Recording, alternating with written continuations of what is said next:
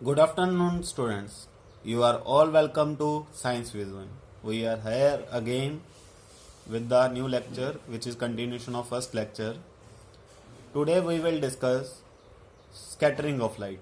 In the last lecture, we have done dispersion of light, and today we will learn about scattering of light. Just let's start our lecture on scattering of light. So student, scattering of light समझने से पहले हम एक term समझते हैं that is known as wavelength. तो आपने I think ninth class में जब साउंड चैप्टर किया था तो तब आपने वेवलेंथ वर्ड के बारे में जाना था कि वेवलेंथ क्या होता है। तो मैं एक बार जस्ट बता रहा हूँ आपको। मान लो आपने एक रोप ली है, ये एक रोप थी, और जब उसको थोड़ा सा जर्क दिया तो वो रोप में ऐसे एक पैटर्न जनरेट हुआ, और इस पैटर्न को हम क्या बोलते हैं? वेव। इस पैटर्न को क्या बोलते हैं? वेव। और उस वेव में इस पार्ट यहाँ से वेव शुरू हो रही है, पहले रोप यहाँ दी और फिर वो ऊपर जा रही है, फिर नीचे जा रही है और फिर वापस इस पॉइंट पे आ रही है, और उसके बाद अपने आप को रिपीट कर रही है। तो this is the after this point it repeat itself. तो और इस पार्ट को, अपर पार्ट को हम क्या बोलते हैं? क्रस्ट। और लोअर पार्ट को क्या बोलते हैं? ट्रफ। तो इसका मतलब ये क्रस्ट और ट्रफ का पैटर्न बार बार फिर रिपीट होगा। तो जो फर्स्ट पैटर्न बना इस पॉइंट से लेके इस पॉइंट तक, तो जो ये डिस्टेंस है ना, इस ए पॉइंट से लेके बी पॉइंट तक का जो डिस्टेंस है, इस डिस्टेंस को हम बोलते हैं वेवलेंथ। क्या बोलते हैं स्टूडेंट्स? वेवलेंथ। कौन से डिस्टेंस को? ए पॉइंट से लेके बी पॉइंट तक के डिस्टेंस को क्या बोलते हैं? जहां से वेव दोबारा रिपीट करना शुरू करती है उस पॉइंट तक के डिस्टेंस को क्या बोलते हैं? वेवलेंथ। तो it is the distance between two successive crust. ये भी लिख सकते हैं। वेवलेंथ को कैसे डिफाइन कर सकते हैं? It is the distance between two successive crusts. तो ये लिख सकते हैं ना, क्योंकि एक क्रस्ट और दूसरे क्रस्ट में जितना भी डिफरेंस है उसको हम क्या बोलते हैं? वेवलेंथ। तो वेवलेंथ के बारे में समझ लगा स्टूडेंट्स? सो स्टूडेंट्स, इसे याद रखना कि हमने क्या डिस्कस किया अभी। वेवलेंथ क्या होता है? ए से लेके बी तक। तो मान लो अगर हम विजिबल लाइट की बात करें, किसकी बात करें? विजिबल लाइट की, जो कि वाइट लाइट है, हमारे तक आ रही है। कल हमने ये देखा था कि वो विजिबल लाइट में 7 कलर्स हैं। कितने कलर्स हैं? 7 कलर्स हैं। और कौन कौन से थे, याद है आपको? कौन सा पैटर्न था? विबग्योर। विबग्योर। वी से वॉयलेट था, Indigo, blue, green, yellow, orange and red. तो ये पैटर्न याद है स्टूडेंट्स आपको? और इसमें जो समझने वाली चीज है वो क्या है कि अगर हम वॉयलेट से रेड की तरफ जाएं, अगर हम वॉयलेट से रेड की तरफ जाएं तो वेवलेंथ है जो ये डिस्टेंस है ए से लेके बी तक का, ये इंक्रीज करता है। क्या करता है? इंक्रीज करता है। तो इसका मतलब वेवलेंथ फॉर रेड लाइट, इसका मतलब क्या हुआ? वेवलेंथ फॉर रेड लाइट ये ग्रेटर है वेवलेंथ फॉर वायलेट लाइट से। तो स्टूडेंट्स, ये चीज आपने याद रखनी है कि जो वेवलेंथ है, तो विबग्योर में इंक्रीजिंग ऑर्डर में वेवलेंथ रेंज है। वायलेट की वेवलेंथ सबसे कम है, फिर इंडिगो की उससे ज़्यादा, ब्लू की उससे ज़्यादा, ग्रीन की उससे ज़्यादा, येलो की उससे ज़्यादा, ऑरेंज की उससे ज़्यादा और रेड की उससे ज़्यादा। तो जो हमने ये ए से बी तक का डिस्टेंस किया है, ये वायलेट के लिए सबसे कम है और रेड के लिए सबसे ज़्यादा है। तो स्टूडेंट्स, ये बात आपने याद रखनी है, तभी स्कैटरिंग समझ आएगी कि जो ये डिफरेंट कलर्स हैं इन सभी की वेवलेंथ डिफरेंट होती है। तो डिफरेंट कलर है डिफरेंट वेवलेंथ, डिफरेंट कलर है डिफरेंट वेवलेंथ। और उसमें से सबसे ज़्यादा किसकी है? रेड की है। सबसे ज़्यादा किसकी है? रेड की है, और वायलेट की सबसे कम है। तो इस रेसिपी से हम अब स्कैटरिंग ऑफ लाइट समझ सकते हैं। तो आप चलते हैं हमारे मेन टॉपिक पे, that is scattering of light. Scattering of light. Students, आपने कभी देखा है कि जब हमारा मान लो अभी सुबह सुबह हुई है और दरवाज़ा हल्का सा खुला रह जाए कभी कभी, या थोड़ा सा उसमें, जैसे ये कोई दरवाज़ा है और ये हल्का सा खुला रह जाए, तो इसमें से सनलाइट, या विंडो थोड़ी सी खुली रह जाए, विंडो के होल्स में से सनलाइट आ रही होती है ऐसे ऐसे, और उसमें हमें बहुत सारे पार्टिकल्स ऐसे दिख रहे होते हैं उस सनलाइट में से। ये आपने बहुत बार देखा होगा। वैसे तो हमारे अराउंड वो कितने ही पार्टिकल्स हैं पर हमें दिखते नहीं है, पर उस केस में हमें वो दिखने शुरू हो जाते हैं जब सनलाइट आ रही होती है और हमें वो पार्टिकल्स विजिबल होने शुरू हो जाते हैं। तो ऐसी चीज़ें आपने देखी होंगी अपने डेली लाइफ में। और एक आपने ये चीज़ देखी होगी कि मान लो कि कैंडल जलाते हो, आपने कैंडल ऑन की, तो आप देखोगे जैसे ही आप कैंडल ऑन करते हो सारे रूम में लाइट हो जाती है, सारा रूम में उसकी लाइट हो जाती है। तो ये कैसे पॉसिबल होता है कि सारे रूम में उसकी लाइट हो गई? तो इसका मतलब क्या हुआ कि जो ये कैंडल है ये सारी डायरेक्शंस में लाइट को थ्रो कर रही है, मतलब इधर भी, इधर भी, इधर भी, इधर भी। तो आप एक जगह कैंडल जगाते हो और सारी जगह पे, सारे रूम में उसकी लाइट आनी शुरू हो जाती है।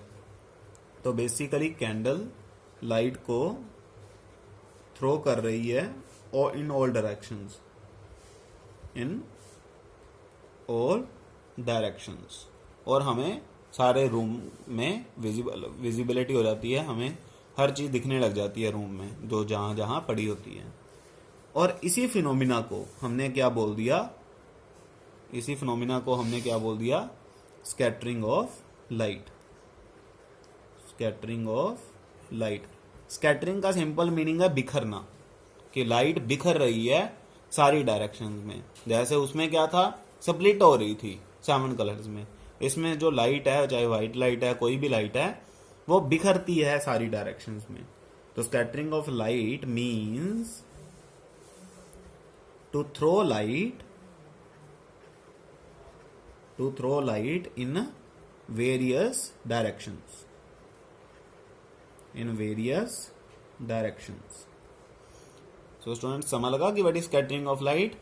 Scattering of light means to throw light in various directions. तो इसको हम स्कैटरिंग ऑफ लाइट बोलते हैं। तो कोई भी सोर्स है जिसके कारण हमें लाइट दिख रही है, तो बेसिकली वो स्कैटर हो रही है सारी डायरेक्शंस में, बिखर रही है सारी डायरेक्शंस में। ओके, पर अब ऐसा हो क्यों रहा है?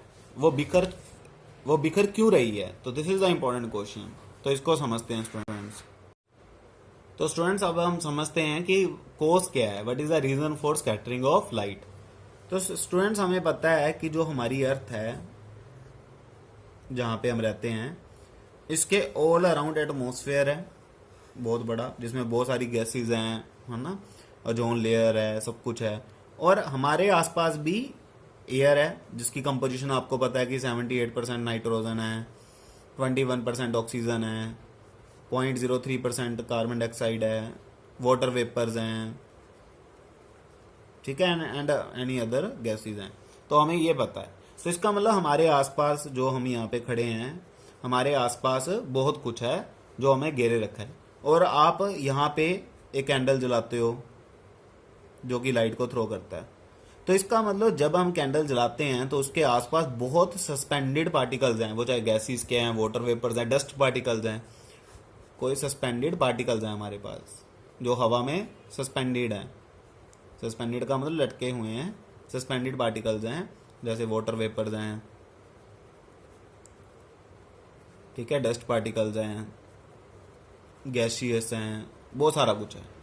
तो जब लाइट यहाँ से पास करती है, यहाँ से ट्रेवल करती है, तो इन सस्पेंडेड पार्टिकल के साथ जाके टकराती है, जिसके कारण वो सारी डायरेक्शन में बिखरती है। तो मान लो ये सस्पेंडेड पार्टिकल्स हैं हमारे पास बहुत सारे, और यहाँ से कैंडल जलाई और उसने लाइट लाइट को इंसिडेंट किया तो वो जा रही थी, पर यहाँ पे पार्टिकल आने के वजह से वो टकरा गई और टकरा के इधर चली गई। इधर एक और पार्टिकल मिला तो वहां से टकरा के इधर आ गई, इधर और मिला इधर चलेगी, इधर चलेगी। इस तरह से करते करते करते वो सारी डायरेक्शंस में बिखर जाती है।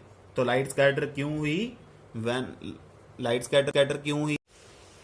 When light falls on various types of suspended particles in the path, it get scattered. जब लाइट कहाँ पे फॉल करती है? उन पार्टिकल्स पे जो कि सस्पेंडेड हैं हमारे आसपास, तो लाइट स्कैटर्ड होती है। तो लाइट के स्कैटर्ड होने का मेन रीजन क्या है? वो सस्पेंडेड पार्टिकल्स जो उसके रास्ते में आते हैं।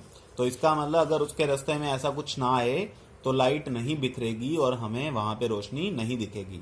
तो इसका मतलब अगर हम कैंडल जलाते जहाँ पे एयर ना होती है हमारे रूम में, तो कैंडल की रोशनी सभी जगह नहीं जानी थी। तो इसका मतलब कैंडल इसलिए की रोशनी सभी जगह दिख रही है due to scattering of light. इसीलिए अगर हम आउटर स्पेस में चले जाएं, मान लो कि हम अर्थ से बाहर चले जाएं तो अपने सोलर सिस्टम में, तो आपने देखा होगा कि वो अंधेरा ही दिखता है, हमें डार्क दिखता है, डार्कनेस दिखती है हमें जब हम अर्थ के बाहर चले जाते हैं। पर जब हम अर्थ के अंदर हैं तो हमारे पास एटमॉस्फेयर है तो वो सस्पेंडेड पार्टिकल्स हैं जिनके कारण लाइट स्कैटर्ड होकर हमें कलर दिखते हैं। पर अगर हम स्पेस में चले जाएं वहां तो कोई पार्टिकल्स नहीं है, कोई मीडियम नहीं है, तो इसका मतलब वहां पे स्कैटरिंग नहीं हो सकती और वहां पे हमें डार्कनेस ही दिखने वाली है। तो स्टूडेंट समझ आया आपको कि लाइट के स्कैटरिंग होने का रीजन क्या है? वो सस्पेंडेड पार्टिकल्स, उनसे टकराना लाइट का। और दूसरा इसका फायदा क्या है कि हम चीजों को देख पाते हैं, रोशनी सभी जगह दिख पाती है। पर अगर वहां पे ये सस्पेंडेड पार्टिकल्स ना होते तो हमें अंधेरा ही अंधेरा दिखना था। तो क्लियर स्टूडेंट्स? पर इसमें एक कंडीशन है जो वेरी वेरी इंपॉर्टेंट कंसेप्ट है, वेरी वेरी, और ये पेपर में पक्का आने वाला क्वेश्चन है, वेरी वेरी इंपॉर्टेंट कंसेप्ट है। और वो कंसेप्ट क्या है कि स्कैटरिंग होती कब है? कि जब कोई लाइट किसी भी पार्टिकल के साथ टकराएगी तो स्कैटरिंग होएगी। तो scattering when scattering will occur, when scattering take place. तो स्कैटरिंग होएगी कब? मान लो रास्ते में पार्टिकल्स हैं और लाइट उसमें से स्कैटर, हर पार्टिकल के साथ टकरा के लाइट स्कैटर करती है कि कोई कंडीशन है पार्टिकल्स पे। तो देयर इज अ कंडीशन। मान लो मैंने एक गिलास लिया, उसमें हमने कुछ नहीं डाला और उसमें से, मतलब खाली गिलास है, उसमें से हम लाइट को पास करें। एक हम, यानी कि उस गिलास में एयर है बेसिकली, और एक हम गिलास लें उसमें हम पानी डाल दें और उसमें से लाइट पास करें। अगर एक ग्लास में हम कुछ डस्ट पार्टिकल्स या मिट्टी डाल दें, उसमें से लाइट पास करें, तो क्या हर जितने भी हम ये मीडियम ले रहे हैं सभी मीडियम में सेम ही स्कैटरिंग होगी या स्कैटर होएगी या नहीं होएगी? अगर होएगी तो ज़्यादा होएगी कि कम होएगी? तो ये सारा कुछ एक देखने वाली चीज़ थी कि लाइट जब स्कैटर करती है तो कोई कंडीशन फॉलो करती है कि ऐसी स्कैटर हो जाती है, हर मीडियम में स्कैटर हो सकती है। तो हमें ये पता लगा कि कंडीशन क्या है, स्कैटरिंग कब होगी, लाइट कब स्कैटर करती है? जब लाइट जब जो हमने वेवलेंथ पढ़ा अभी, ये वेवलेंथ पे कंडीशन है बेसिकली, कि अगर उसकी वेवलेंथ कंपेरेबल है, किसके कंपेरेबल है? साइज ऑफ पार्टिकल्स के। किसके कंपेरेबल है? साइज ऑफ पार्टिकल्स के। अगर वेवलेंथ साइज ऑफ पार्टिकल के कंपेरेबल है, मतलब वेवलेंथ का जो साइज है, मान लो ये 1 मीटर है और जो पार्टिकल के साथ जिसके साथ स्ट्राइक कर रही है उसका साइज भी 1 मीटर है, तो स्कैटरिंग हो जाएगी। तो स्टूडेंट्स ये आपको समझ लगा कि स्कैटरिंग कब होगी? जब wavelength size of the particle के बराबर होगी या बिल्कुल क्लोज होगी तो ही स्कैटरिंग होने वाली है। तो इसलिए हम इस चीज़ को समझते हैं एक एक्टिविटी से कि स्कैटरिंग कब होती है और कब नहीं होती है। तो पहले आप ये एक्टिविटी देखो और फिर हम इस चीज़ पे दोबारा आएंगे। तो देखो इस एक्टिविटी को।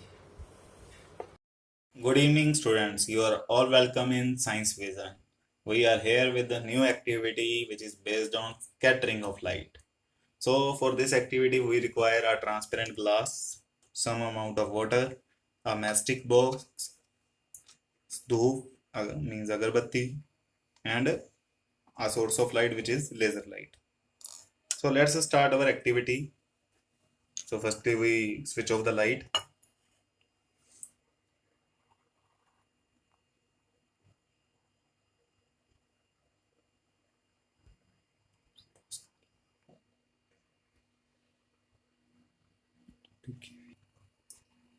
So let's first take a empty transparent glass and just incident the laser light, and you can see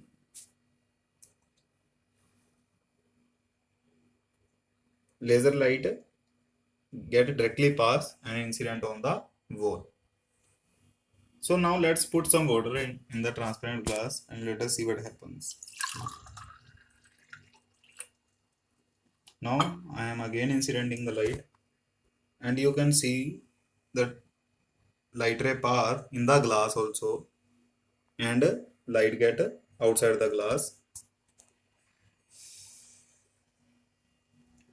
So now, so there is no difference between the both cases in empty glass and a water glass, because uh, light can pass through this both cases.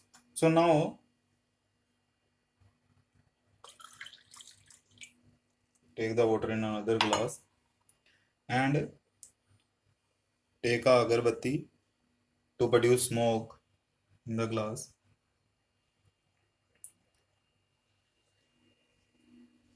Wait for 2 or 3 seconds. Be careful for this activity.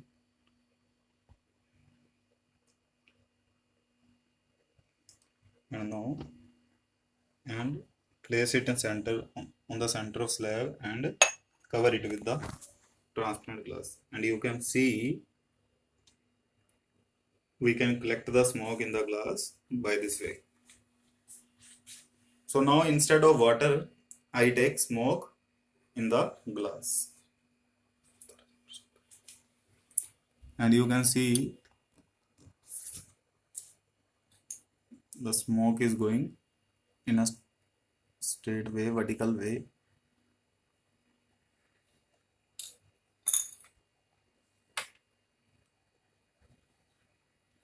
And now I again incidenting the light on this. Now look what happened.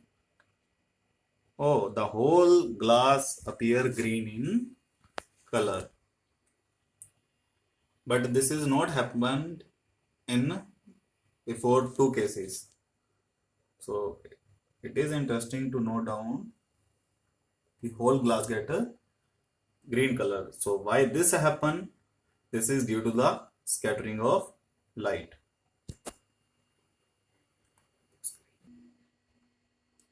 So now we will see this thing with new activity. So just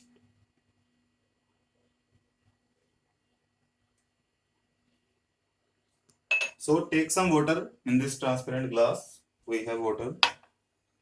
So let's take some water in this glass.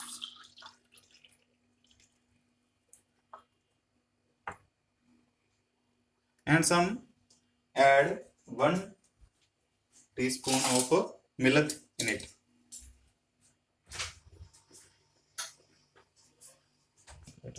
So just add 1 or 2 teaspoon of milk in it.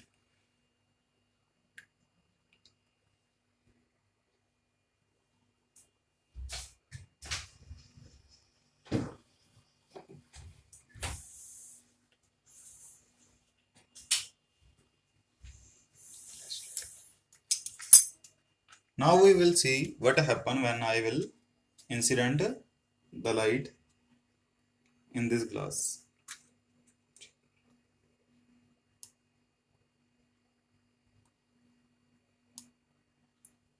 Oh, you can see here also all water become green in color and no light come out from the glass.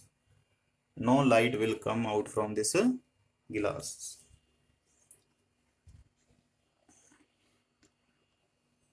So why this will happen? Why this happen? Because due to scattering of light. So you can see no light can come out from this system. So you can see this beautiful thing. So you can do this thing. I have done this thing with milk. So you can do this with also Dettol, which is available in our home. So you can add some droplets of Dettol in the water and mix it, and you see scattering of light. So you simple material is required for this activity. So you can do it at your home. Learn more. Thanks for watching. So students, आपने देखा इस activity में आपको ये समझ आ गया होगा अब इस एक्टिविटी को देख के कि जो स्कैटरिंग है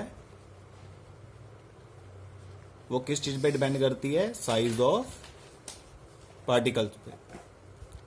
अगर पार्टिकल का साइज एडिक्वेट है तो इसका मतलब वो स्कैटर करेगा लाइट को, और अगर नहीं है तो नहीं करेगा। तो ये पॉइंट अब आपको क्लियर हो जाना चाहिए। और इसमें एक टर्म, एक इफेक्ट का नाम, अब वो आप केमिस्ट्री में डिटेल में पढ़ोगे, केमिस्ट्री में भी आएगा आई थिंक ये। तो हम क्या बोलते हैं कि जो ये स्कैटरिंग होती है इसको एक इफेक्ट बोलते हैं टिंडल इफेक्ट। क्या बोलते हैं? Tyndall effect. Tyndall effect. तो इसको कैसे डिफाइन करेंगे? The scattering of light by particles in its path is called Tyndall effect।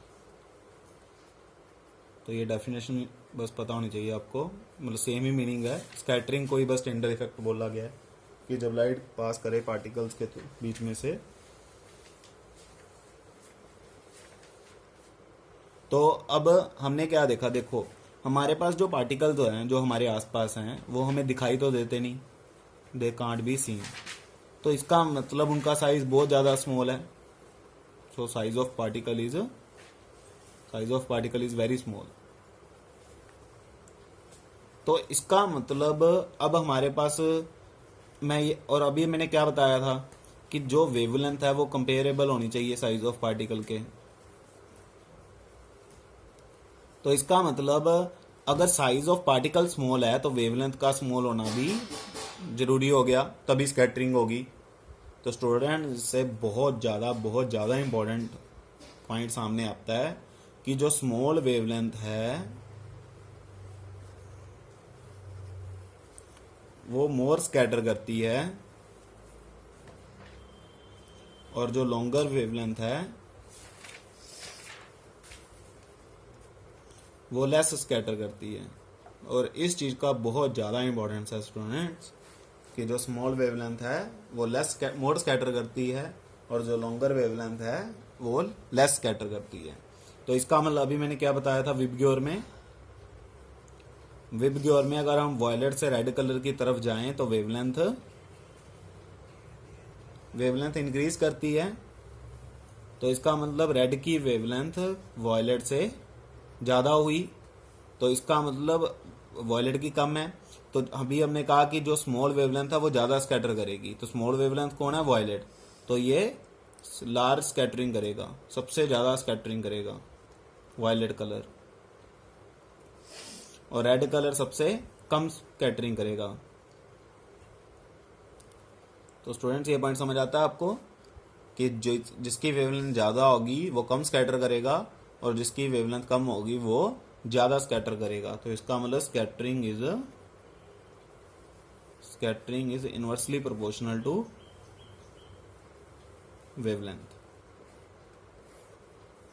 तो ये पॉइंट समझ आता है स्टूडेंट्स आपको, scattering is inversely proportional to wavelength. तो रेड कलर कम स्कैटर करेगा और वायलेट कलर ज़्यादा स्कैटर करेगा। और जैसे जैसे हम वायलेट से रेड की तरफ जाएंगे स्कैटरिंग कम होती जाएगी। तो वायलेट की सबसे ज़्यादा स्कैटरिंग, फिर सबसे ज़्यादा वायलेट की, फिर इंडिगो की, फिर ब्लू की, और फिर ऐसे करते करते येलो की, ऑरेंज की और रेड की। पर अगर स्टूडेंट्स आप क्या कहते हैं स्पेक्ट्रम को देखो वाइट लाइट के, तो उसमें जो हमें मेजर कलर्स दिखते हैं, एक तो रेड दिखता है और एक ब्लू दिखता है। जो मेजर कलर होते हैं वो रेड या ब्लू दिखते हैं। तो हम इन दोनों कलर्स की बात करेंगे, सिर्फ रेड और ब्लू कलर की, बाकी कलर्स की बात नहीं करने वाले अभी हम, क्योंकि जो हमें स्पेक्ट्रम दिखता है वाइट लाइट का उसमें रेड सबसे ज़्यादा होता है और ब्लू सबसे प्रेडोमिनेंट कलर्स होते हैं, बाकी कलर्स थोड़े से लाइटिश से होते हैं, पर ये प्रॉपरली दिखते हैं हमें दोनों कलर्स। तो हम इसकी बात ज़्यादा करेंगे अपने नेक्स्ट वाले टॉपिक में। तो स्टूडेंट्स, आपको समझ आ रहा है कि रेड कलर ज़्यादा लेस स्कैटर करता है और वायलेट ज़्यादा स्कैटर करता है। अब इसका एप्लीकेशन क्या है, मतलब इसके हमें कैसे पता लगेगा, प्रूफ कैसे करेंगे इस चीज़ को कि रेड कम स्कैटर करेगा या वायलेट ज़्यादा करेगा। तो और रेड के बाद कौन से वाले हैं, रेड से पहले ऑरेंज है फिर येलो है, तो इसका मतलब ये भी कम स्कैटर करने वाले कलर्स हैं। और उसमें से हम बात करेंगे रेड और ब्लू की। तो स्टूडेंट्स, अगर आपने तो स्टूडेंट्स हमारे पास 3 इंपॉर्टेंट क्वेश्चंस हैं। First question is why sky is blue. Second question is why sun appears red during sunrise and sunset. Why danger signals are red in colour. Also our traffic light signals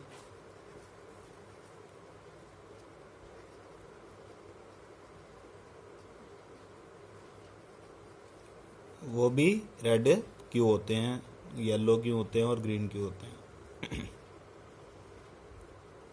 तो students, इन चीज़ों के answers को समझने के लिए इनके तीनों के आंसर्स सेम है। अगर क्वेश्चन आता है कि ये क्यों है ये क्यों है, तो basically answer is scattering of light,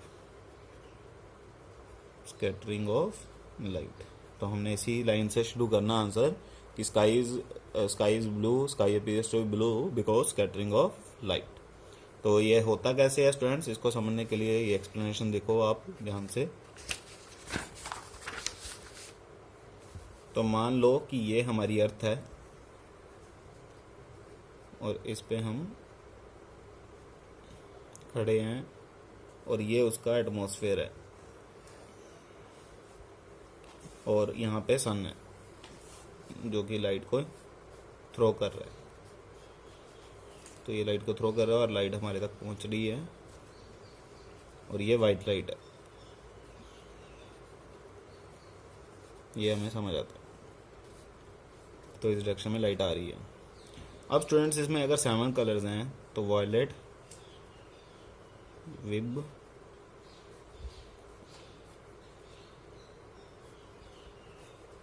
VIBGYOR, तो ऐसा ही होगा। अब हाँ, अच्छा मुझे बताओ, वॉयलेट की वेवलेंथ ज़्यादा थी कि रेड की? रेड की, मोर वेवलेंथ।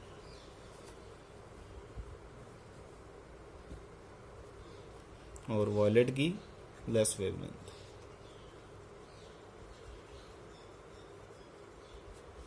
और जो स्कैटरिंग था वो इन्वर्सली प्रोपोर्शनल था।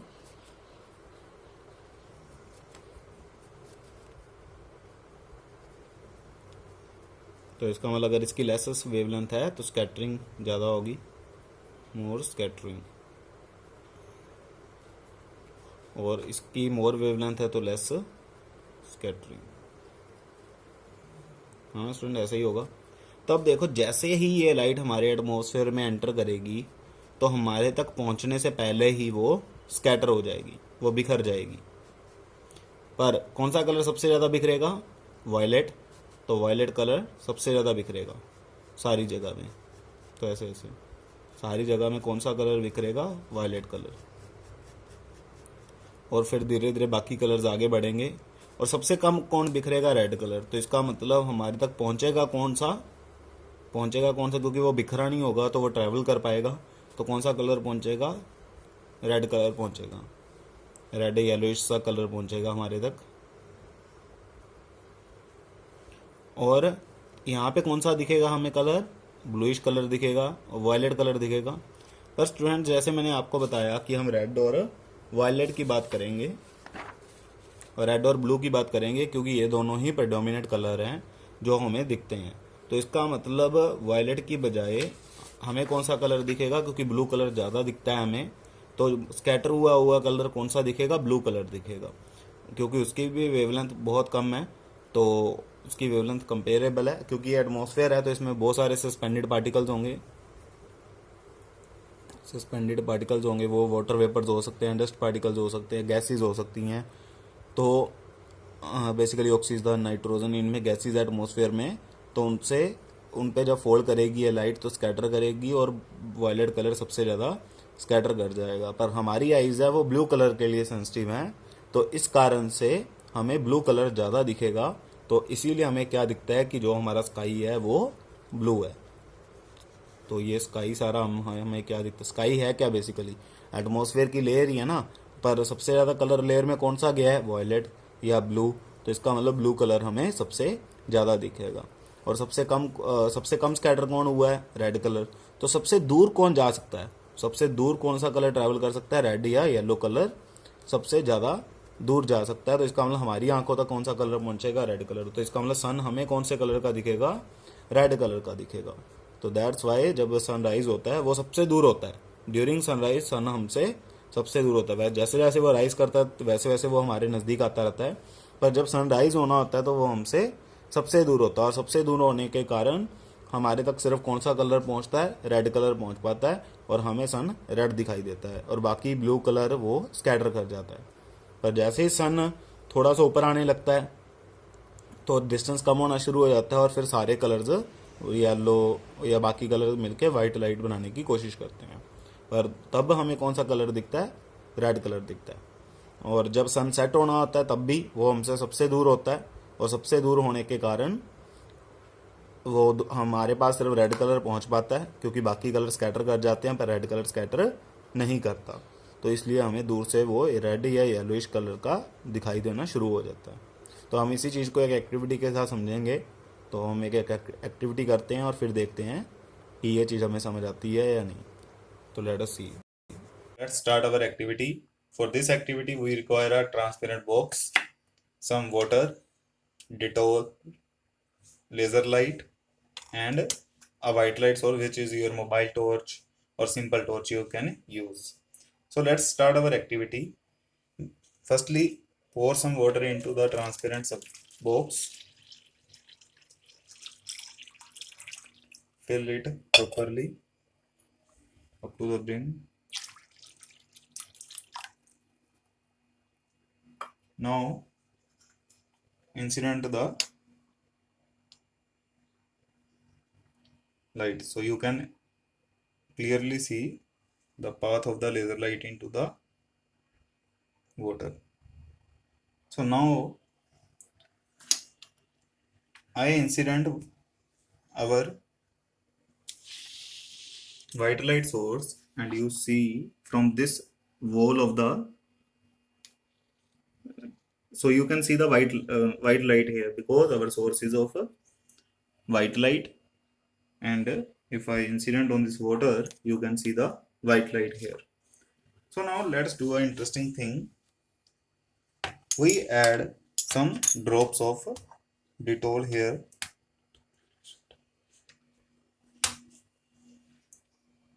Dettol, some drops of just, and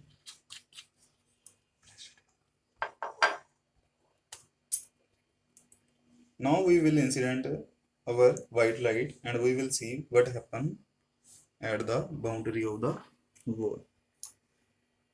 Firstly, dissolve it properly.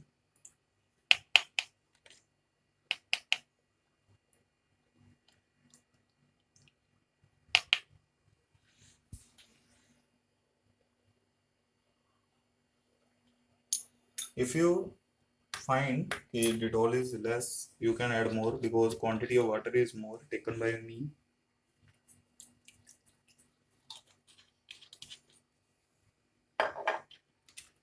Dissolve it.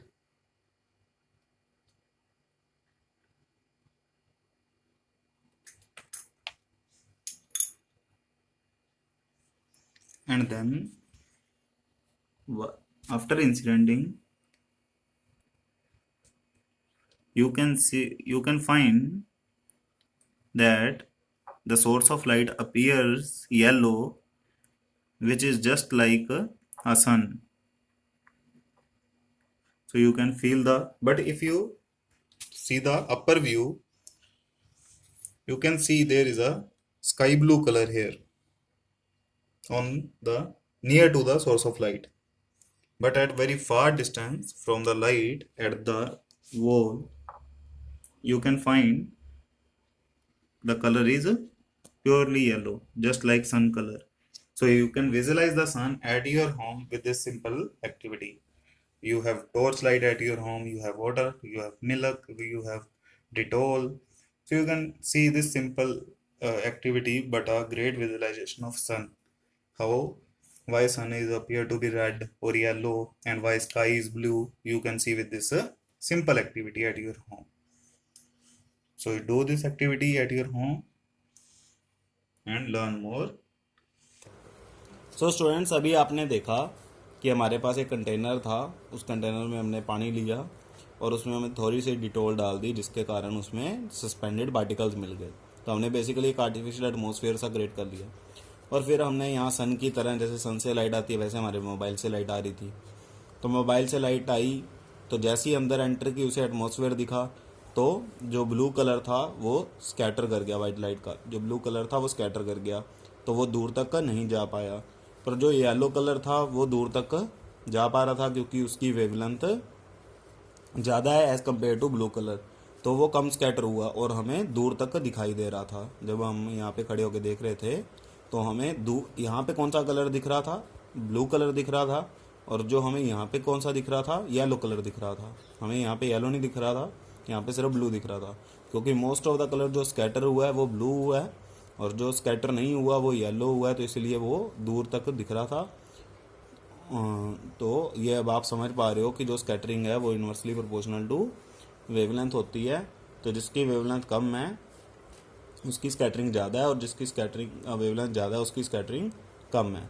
तो अब इस सिंपल एक्टिविटी से हमें ये समझ आता है कि सन भी हमें फिर रेड क्यों दिख रहा होगा, क्योंकि जब सन से लाइट आ रही है और हमारे एटमॉस्फेयर में पार्टिकल का साइज ऐसा है कि रेड कलर बिल्कुल भी स्कैटर नहीं हो रहा और हमारे तक पहुंच पा रहा है। जब वो सबसे दूर होता है सन, तो उसे बहुत ज़्यादा डिस्टेंस ट्रैवल करना पड़ता है। मान लो सन हमारा यहीं पे है, सिर्फ इतना ही डिस्टेंस ट्रैवल करना है उसने, पर जब वो सबसे दूर है, होराइजन पे है अपने, तो जब उसने सिर्फ राइज करना है उसी टाइम उसको बहुत ज़्यादा डिस्टेंस ट्रैवल करना पड़ता है, जिसके कारण बाकी कलर तो स्कैटर हो जाता है ब्लू वगैरह, पर रेड नहीं होता क्योंकि उसकी वेवलेंथ ज़्यादा है और वो हमारे तक पहुंच जाता है और हमें सन रेड अपीयर होता है। और जब सन सेट हो रहा होता है तब भी वो हमसे बहुत ज़्यादा दूर होता है, होराइजन पे होता है, तो उसे बहुत डिस्टेंस ट्रैवल करना पड़ता है लाइट को। तो इसका मतलब लाइट वो कौन सा कलर हमारे तक पहुंचता है? सिर्फ रेड कलर ही हमारे तक पहुंच पाता है। तो इसका मतलब हम ये समझ सकते हैं अब कि स्काई का ब्लू कलर हमें क्यों दिखता है? Due to scattering of light. हमें सन क्यों रेड और येलो दिखता है? That is also scattering of light के कारण। और लाइट स्कैटरिंग हो क्यों रही है? क्योंकि एटमॉस्फेयर में पार्टिकल्स है, जैसे हमने यहाँ पे डिटोल्स के पार्टिकल बनाए वैसे ही वहाँ पे गैसेज हैं, वाटर वेपर्स हैं, बहुत कुछ है। तो वैसे ही तीसरा क्वेश्चन था हमारा डेंजर सिग्नल्स वाला या ट्रैफिक सिग्नल्स वाला। मान लो यहाँ पे ट्रैफिक है, ये सिग्नल्स लगे हुए हैं और हमारी यहाँ से कार आ रही है, ये कार आ रही है हमारी इस साइड।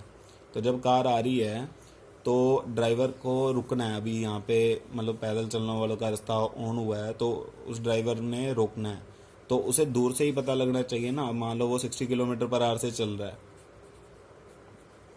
और वो वहाँ पे आके एकदम से ब्रेक थोड़ा लगाएगा, तो उसे पहले ही इंडिकेशन होनी चाहिए कि मैंने रुकना है। तो इसका मतलब हमें सिग्नल वैसा ही यूज़ करना है जिसकी लाइट दूर तक जा सके, ताकि उस पर्सन को वो दिख जाए।